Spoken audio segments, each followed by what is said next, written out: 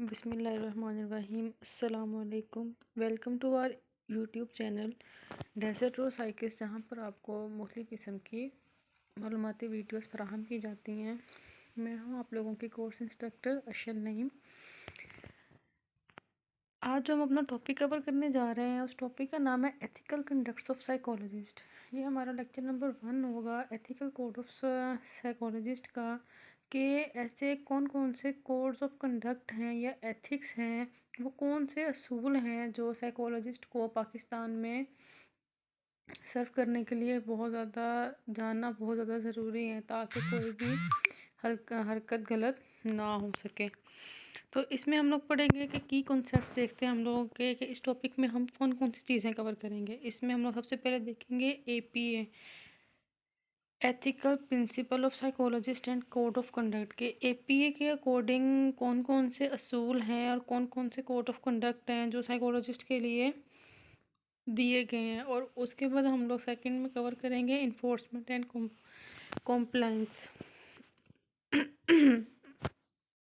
Sorry. तो हम लोग पहले देखते हैं कि एथिक्स कोड्स ऑफ साइकोलॉजिस्ट होती क्या चीज़ है। वो कहते हैं जी, psychologist are bound by ethical guidelines that their professional conduct and interactions with client के। जो साइकोलॉजिस्ट हैं उनके कुछ असूल होते हैं, उनके लिए कुछ दायरे मुकर्रर कर दिए गए हैं कि उन्होंने इन्हीं दायरों के अंदर रहते हुए जो उनके क्लाइंट्स हैं उनसे मिलना है और सेशन कंडक्ट करना है। These ethics codes are designed to ensure the wellbeing and protection of clients. ये क्यों बनाए गए हैं? ताकि जो हमारे क्लाइंट्स हैं उन वो प्रोटेक्ट रहें, और हम लोग क्या करें, इंश्योर करें उनकी वेलबींग, क्योंकि हम लोग किस लिए काम कर रहे हैं, उन्हीं की वेलबींग के लिए काम कर रहे हैं। Maintain the integrity of profession, और जो हमारा प्रोफेशन है उसकी काबिलियत भी मेंटेन रहे। And uphold standards of practice, और हम लोग जो हमारे प्रैक्टिस के स्टैंडर्ड्स हैं उनके मुताबिक हम लोग उस चीज़ को कर सकें।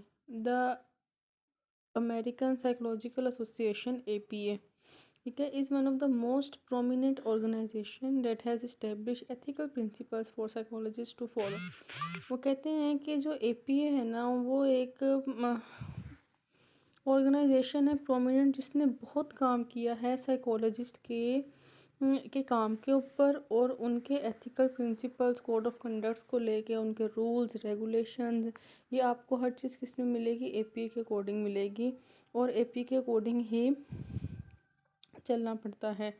क्यों? क्योंकि वो चीज़ है कि वो चीज़ उन्होंने एक ऑथेंटिसिटी के साथ पेश की है अपने हर पब्लिकेशन में। तो हम लोग चलते हैं APA ethical principle of psychologist and code of conduct के। वो कौन कौन से एथिकल प्रिंसिपल्स हैं जो साइकोलॉजिस्ट को फॉलो करने चाहिए, और ऐसे कौन से कोड ऑफ कंडक्ट हैं जो साइकोलॉजिस्ट को फॉलो करने चाहिए ड्यूरिंग प्रैक्टिस, अगर वो कोई सेशन हेल्ड कर रहे हैं या अगर उन्होंने अपना रन करना चाह रहे हैं, क्लिनिक रन करना चाह रहे हैं, या वो अगर कोई किसी किस्म की जॉब कर रहे हैं, कोई इंटर्नशिप कर रहे हैं, तो उसमें किस किस्म के दायरे, किस किस्म के असूल, किस किस्म के कानून उनको हर लिहाज से अपने जहन में रखने चाहिए। The APA ethical principle of psychologist and code of conduct is a comprehensive document. जी क्या है? एक कॉम्प्रिहेंसिव डॉक्यूमेंट है that outlines the ethical standards and guidelines for psychologist. It covers a wide range of topic including confidentiality. आप लोग समझते हैं, आप लोगों को पता है कि हमारी फील्ड में कॉन्फिडेंशियलिटी कितनी ज़रूरी है, कि एक क्लाइंट है उसका डाटा बिल्कुल भी लीक नहीं होना चाहिए, उसकी बात आपने अपने तक रखनी है, उसको इस बात का एतमाद दिलाना है कि जो आप में और उसमें बात हो रही है वो किसी तीसरे को कभी पता नहीं चलेगी। इन्फॉर्म्ड कॉन्सेंट, आप उससे जो भी टेस्ट अप्लाई करने जा रहे हैं, कोई भी आप उस पर थेरेपी अप्लाई करने जा रहे हैं, उससे पहले उसका इन्फॉर्म कॉन्सेंट लेना बहुत ज़रूरी है। Competence, conflict of interest and professional relationship, ये वो चीज़ें हैं जो आपको ज़हननशीन रखनी चाहिए। The code emphasize the importance of respecting the rights and dignity of clients, maintaining confidentiality, avoiding harm and practice within one scope of competence. Competence psychologist जो है उसको अपनी काबिलियत पर, कॉम्पिटेंस कहते हैं काबिलियत को, ठीक है, कि उसको अपनी काबिलियत पर इतना यकीन होना चाहिए कि वो कोई भी सिचुएशन को हैंडल कर सके। कॉन्फ्लिक्ट ऑफ इंटरेस्ट, अगर साइकोलॉजिस्ट के अपना इंटरेस्ट और जो उसका क्लाइंट है उसके दरमियान कोई कॉन्फ्लिक्ट आ गया तो उसको कैसे डील करना, टैकल करना है, उसको पता होना चाहिए। एंड प्रोफेशनल रिलेशनशिप्स को कैसे मेंटेन करना है, आपने अपनी प्रोफेशनल और पर्सनल लाइफ को किस तरह से सेपरेट रखना है, और प्रोफेशनल लाइफ में भी आपने जो आपके क्लाइंट्स हैं उनके साथ कैसे डील करना है, और जो आपके साथ आपके काम कर रहे हैं, कोलीग्स काम कर रहे हैं, उसके साथ आपने कैसे काम करना है, कैसे आपने उनके साथ पेश आना है। तो ये चीज़ें हैं कि जो इंसान को वो देखनी चाहिए, इंटर्नशिप के दौरान भी ये चीज़ें सीखनी चाहिए। The code emphasize the importance of respecting the rights and dignity of clients, के उनके राइट और डिग्निटी का बहुत ज़्यादा ख्याल रखना चाहिए। मेंटेन कॉन्फिडेंशियलिटी, कॉन्फिडेंशियलिटी को मेंटेन रखना चाहिए, कोई किसी भी किस्म का हार्म नहीं होना चाहिए क्लाइंट को। And practicing within one scope of competence, और अपनी जो आपकी काबिलियत है ना, कि अगर आपको लगता है कि आपको किसी एक थेरेपी पे कमांड हासिल है तो आपको उसी चीज़ में रहते हुए उसी एक अपनी काबिलियत को इस्तेमाल करते हुए आपको वो सेशन डिलीवर करना चाहिए। उसके बाद हम लोग देखते हैं कि वो कौन कौन से एथिकल कोड्स हैं जो हमें एपीए प्रोवाइड करता है। जर्नल एथिकल कोड्स हम लोग जो हैं वो पढ़ने जा रहे हैं। One key aspects of APA ethical code is principle of beneficence and non maleficence which requires psychologists to strive to benefit their client and do not harm। कि ये कोड ऑफ कंडक्ट हमें कहता है, ये प्रिंसिपल हमें ये बताता है कि हमने अपना जो क्लाइंट है उसको बेनिफिट देना है और उसको किसी भी किस्म का हार्म नहीं पहुंचाना।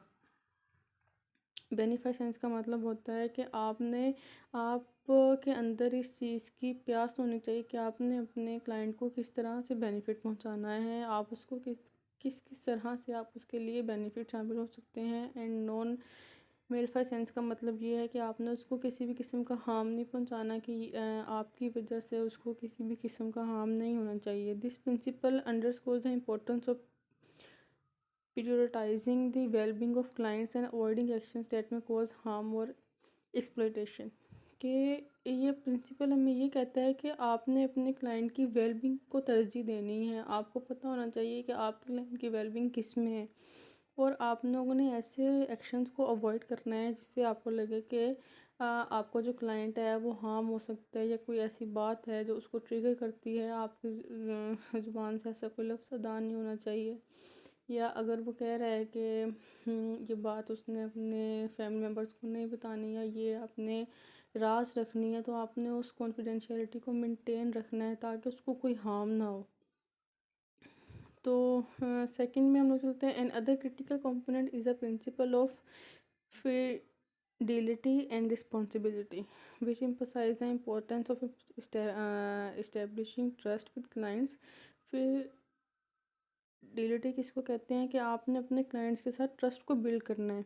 मेंटेन प्रोफेशनल बाउंड्रीज़ के अंदर रहते हुए आपने उसके साथ एक रिलेशनशिप, एक रेपो बिल्ड करनी है, एक इत्मीनान का रिश्ता कायम करना है। And fulfilling obligations to clients and society, और जो सोसाइटी और क्लाइंट्स के लिए जो भी बाउंड्रीज़ मुकर्रर की गई हैं आपने उन्हीं को बरकरार रखते हुए उनके साथ काम करना है। Psychologist are expected to act with integrity, honesty and transparency in the professional relationship. Psychologist से हम लोग यही चीज़ एक्सपेक्ट करते हैं कि वो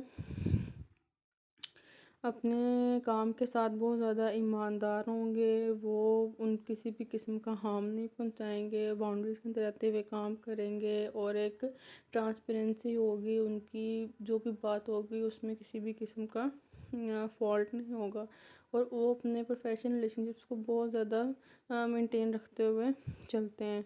क्योंकि एक एतमाद का रिश्ता कायम होता है क्लाइंट्स के साथ भी, आपके बाकी जो आपके साथ काम करने वाले लोग हैं उनके साथ भी। तो ये चीज़ें बहुत ज़्यादा ज़रूरी हैं। थर्ड पे हम चलते हैं। The APA ethical code also addresses issues related to confidentiality and privacy. कि जो APA है उसने हमें बताया है कि कॉन्फिडेंशियलिटी और प्राइवेसी से रिलेटेड कौन कौन से इश्यूज़ हैं जो हमें जिनका हमें सामना करना पड़ता है। Required psychologist to protect the confidentiality of client information unless mandated और परमिटेड बाय लॉ। कि जो साइकोलॉजिस्ट है उसको क्लाइंट की इंफॉर्मेशन, उसकी कॉन्फिडेंशियलिटी, ये सबसे अहम बात है कॉन्फिडेंशियलिटी, कि किसी की बात को राज रखना, अनलेस के वो किसी भी किस्म के लॉ के लिए परमिट ना की जा रही हो। कोई कोर्ट में किसी को ना चाहिए, गवाही ना चाहिए हो, इसके बरक्स अगर कोई भी बात है तो वो कॉन्फिडेंशियलिटी को आपने उसकी को मेंटेन रखना है। Psychologist must obtain inform consent from clients. Psychologist को चाहिए कि वो क्लाइंट से इन्फॉर्म कॉन्सेंट ज़रूर ले, उससे पहले पूछे, उसको बताए कि हम आपके साथ ये करने जा रहे हैं, आपसे हम ये टेस्ट फिल कराने जा रहे हैं, इस टेस्ट से हमें ये चीज़ पता लगेगी, और अगर आप ओके हैं, अगर आपको किसी किस्म की हिचकिचाहट नहीं है, अगर आप चाहते हैं तो आपने इसका हमें बिल्कुल सही सही आंसर देने हैं बिफोर कंडक्टिंग असेसमेंट और interventions, and must provide clear information about the purpose, risk, benefit and limitations of services. वही बात कि यही दो चीज़ें होती हैं, कॉन्फिडेंशियलिटी, प्राइवेसी और इन्फॉर्म्ड कंसेंट, जो एथिकली बहुत ज़्यादा ज़रूरी हैं। और हम इन चीज़ों को बहुत ज़्यादा अवॉइड कर देते हैं। हम एक क्लाइंट की बात दूसरे के सामने कर देते हैं। कभी भी अपने क्लाइंट का नाम नहीं लेना चाहिए, किसी भी अपनी फ़ाइल में भी आपको वो XYZ करके लिखना चाहिए, ताकि उनकी कॉन्फिडेंशियलिटी या प्राइवेसी हार्म ना हो। वो कभी भी किसी एक क्लाइंट के सामने या अपने किसी कोलीग के सामने अपने क्लाइंट को कोई बात शेयर नहीं करनी चाहिए नाम लेके। अगर आप कोई चीज़ करना भी चाह रहे हैं, आपको लग रहा है कि ज़रूरी है, तो आप नाम लिए बगैर करें, आपको नाम कोट करने की ज़रूरत नहीं है। और आपने इन्फॉर्म कंसेंट लेना है, अपने क्लाइंट को बताना है। अगर आपने उनकी थेरेपी करने ग्रुप में, तभी आपने उससे पूछना है कि आप कंफर्टेबल हैं, क्लियर इन्फॉर्मेशन देनी है आपने कि हम आपके ऊपर ये टेस्ट अप्लाई करने चाह रहे हैं, ऐसे हमें ये पता लगेगा, इससे आपको ये बेनिफिट होगा, और ये चीज़ें हैं जो हमें पता लगेंगी। उसके बाद हम ये थे हमारे जनरल के APA ने जो जर्नल एथिकल कोड्स हैं ना, वो ये कोड्स हैं 3, कि जो APA हमें कहता है कि आपने इस चीज़ को ज़रूर फॉलो करना है।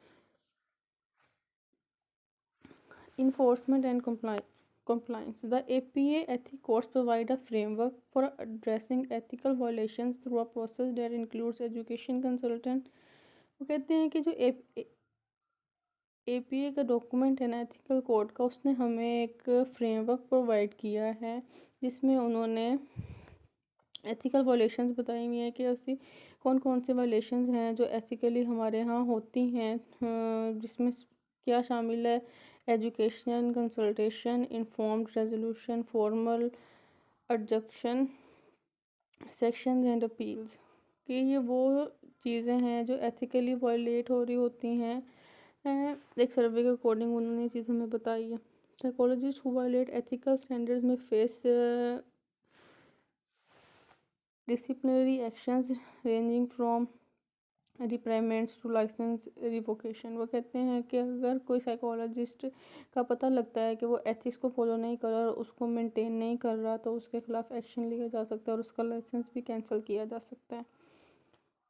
कंक्लूड हम इसको किस तरह करेंगे कि adherence to ethical codes. Adherence कहते हैं कि एक चीज़ को फॉलो करना, उस चीज़ पे स्टक रहना, मोटिवेट रखना, कि हम खुद को मोटिवेट रखना कि हमने इन एथिकल गाइडलाइंस और कोड्स को फॉलो करना है। Is essential for maintaining the trust and integrity of professional of psychology. कि एक ट्रस्ट को मेंटेन रखना और अपनी काबिलियत के अकॉर्डिंग अपने प्रोफेशनल को लेकर चलना बहुत ज़्यादा ज़रूरी है। By upholding ethical principle psychologist can promote the wellbeing of their client. अगर आप एथिकल प्रिंसिपल्स को फॉलो करते हैं, उनको प्रमोट करते हैं, तो इससे क्या होता है आपके क्लाइंट्स की वेलबींग। क्यों? क्योंकि आप उससे एक डायरेक्ट बात कर रहे होते हैं, एक सीधी बात कर रहे होते हैं, उसको सच्ची बात बता रहे होते हैं और आप उसकी बेहतरी के लिए बात कर रहे होते हैं। तो इससे क्या होता है कि आपके क्लाइंट की वेलबींग वो प्रमोट होती है। प्रोटेक्ट देयर राइट्स, आप उनके राइट्स का ख्याल रख रहे होते हैं। And contribute to a culture of professionalism within the field.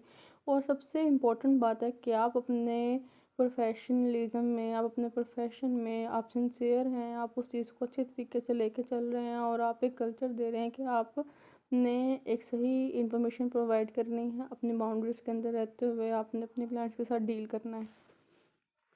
तो ये था आज का हम लोगों का लेक्चर, जिसमें हम लोगों ने पढ़े हैं जनरल प्रिंसिपल्स कि ये जो मोटी मोटी बातें हैं जो हमें एपी कहते हैं। वैसे तो एपी ने हमें जो कोर्स दिए हैं वो बहुत सारे हैं, वो हम आगे चल के ज़रूर डिस्कस करेंगे, लेकिन आज सिर्फ मैंने आपको जनरल बताए हैं कि आपको पता होना चाहिए कि अगर आप कहीं जगह इंटर्नशिप करने जा रहे हैं तो आप इन जो स्लाइड्स को कर गो थ्रू करके जाएँ कि हमने इन चीज़ों को अपने जहन में रखते हुए कहीं पे जाकर सर्विस देनी। Thank you so much.